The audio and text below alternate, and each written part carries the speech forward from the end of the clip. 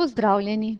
V tem video vodiču vam bom predstavila uporabo Smart Ink orodja za pisanje v PDF datotekah, ki so odprte v programu Adobe Acrobat Reader. Zapiski, ki jih dodate v PDF datoteko, se shranijo kot komentarji in jih je mogoče tudi urejati, torej brisati in jih dodajati, tudi ko že datoteko shranite. Za izbiro pisala in spreminjanje lastnosti pisala je potrebno odpreti orodno vrstico v polnem načinu. To storite tako, da pritisnete v sredino kroga Smart Ink. Tukaj lahko izberete vrsto, barvo, debelino in druge možnosti pisala. Uporabite pa lahko tudi druga orodja, ki jih omogoča Smart Ink. Za pisanje sta v tej aplikaciji na voljo dve pisali, klasično oziroma standardno pisalo in označevalec besedila. Vsakemu pisalu pa lahko spremenite tudi barvo, debelino in prosojnost. Debelino pisala spremenite tako, da izberete eno izmed 4 prednastavljenih debelin ali nastavite debelino po meri.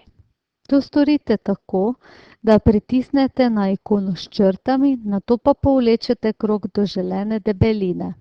Tudi barvo lahko pisalo spremenite, in sicer tako, da izberete eno izmed 4 prednastavljenih barv ali si nastavite barvo po meri.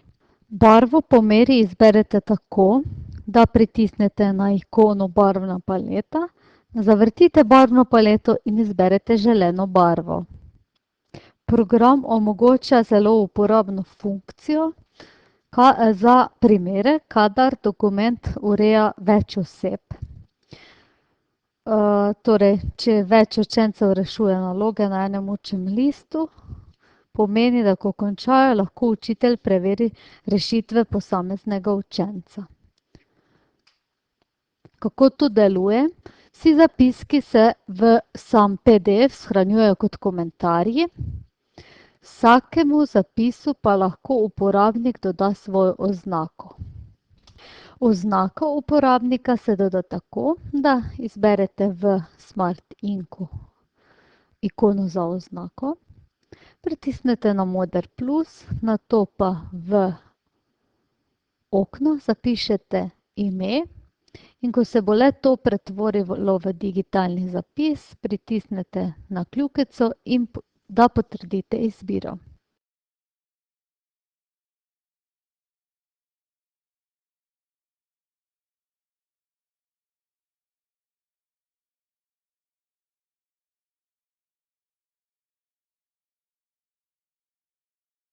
Ko imate vpisane na ta način vse uporabnike, lahko med njimi tudi kadarkoli preklapljate.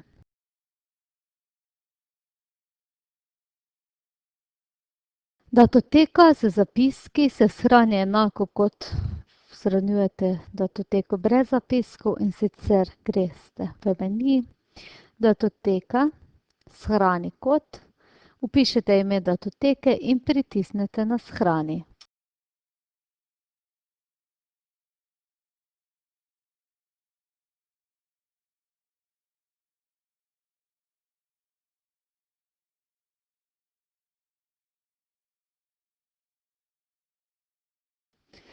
Ko datoteko ponovno odprete, jo lahko znova urejate. Zapiske lahko brišete.